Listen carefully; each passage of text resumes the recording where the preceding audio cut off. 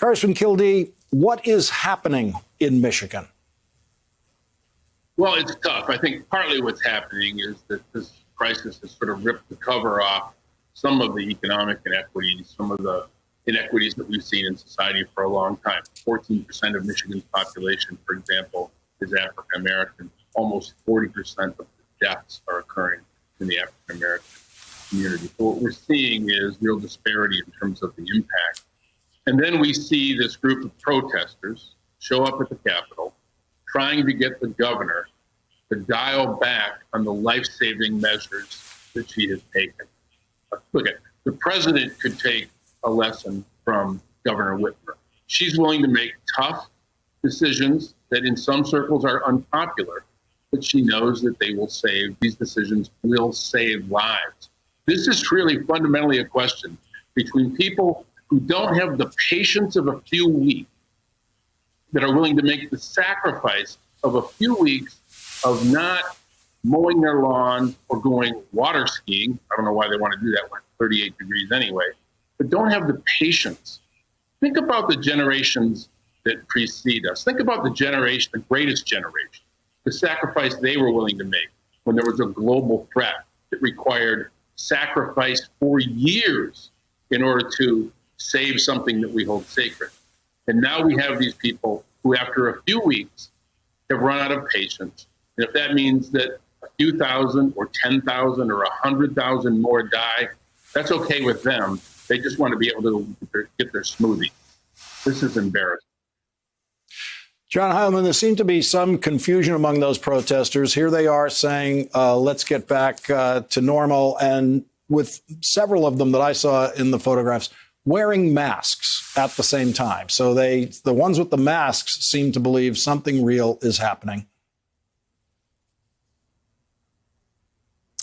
Yeah, Lawrence, I obviously agree with the congressman on some level that the extremity of what's going on there is kind of ludicrous. And some of the behavior of some of these people who are making the rabble-rousers here have obviously lost track of reality and aren't kind of taking into account the public health issues in play. But look, I mean, the unemployment numbers that you went through earlier, those numbers are really bad in that part of the country, in Michigan and a lot of the Midwest and a lot of other states. And there's no doubt that the kind of economic consequences of what's happening here are real and dire for a lot of people. They have huge political implications for the campaign going forward. But just in terms of the real lives of real people, the reality is that, there are two crises going on here. One crisis is this public health crisis. It's paramount, but there's another crisis going on, and it's a crisis where a lot of people who live paycheck to paycheck are having to deal with a huge amount of economic stress and a huge amount of anxiety about when they're going to be able to get back to work.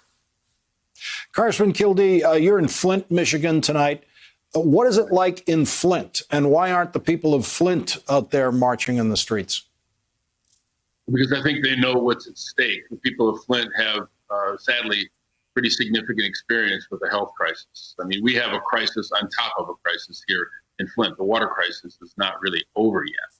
And now we have this issue on top of it. But so people here are feeling the pain doubly. And I think they understand that it takes time to deal with these sorts of issues. But I think it is important to point out the unemployment issue that you just addressed. We are attempting to give people the tools to stay home.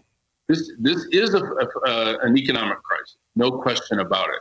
But it's in some ways an engineered economic situation in order to save lives. The idea that 25% of Michigan residents, the workforce, is on unemployment was, in a sense, planned in a way so that the unemployment benefit they would receive, the $600 supplement, would help them pay the bills and take the medical advice that they're being given to stay home. The question for Congress is whether we have the resolve to supply the resources to see it through, to see it all the way through, to see unemployment benefits carry us until the economy does stand up, to see the SBA loans sufficient, both in terms of its breadth and its length of time, to carry us until we can stand the economy back up again. So shutting down and slowing down the economy is an intentional strategy to give people the financial tools to follow the medical advice that they're being given. The question for all of us, and this is where I'm most worried about the impetuous behavior of the president, the question for all of us is if we're willing to see it through. We have to. And John Heilemann, the president was asked about these protests today, and the only thing that seemed to matter to him was that the people he saw protesting like him. That's really all he had to say about it. Yeah. Right. I mean, look, I think the president is obviously only focused on one thing. He sees these unemployment numbers in a bunch of states that he absolutely must win if he's going to get reelected. We understand what's ahead here, that the president has always, he won by getting an inside straight in 2016, winning a couple of states very narrowly, Michigan, Wisconsin, Pennsylvania, and that part of the country, allowing him to pull off the unusual thing of losing by 3 million popular votes and still winning in the Electoral College. He was going to have to do that again in 2020. And he's looking at those states. They are pivotal for him. Losing any one of them, and certainly losing 2 or 3 of them, means doom to him, certainly in this reelection. So all he's trying to do right now is try to figure out a way. He looks at those unemployment numbers and says, that is my political fate right there. And he doesn't really seem to care about literally anything else.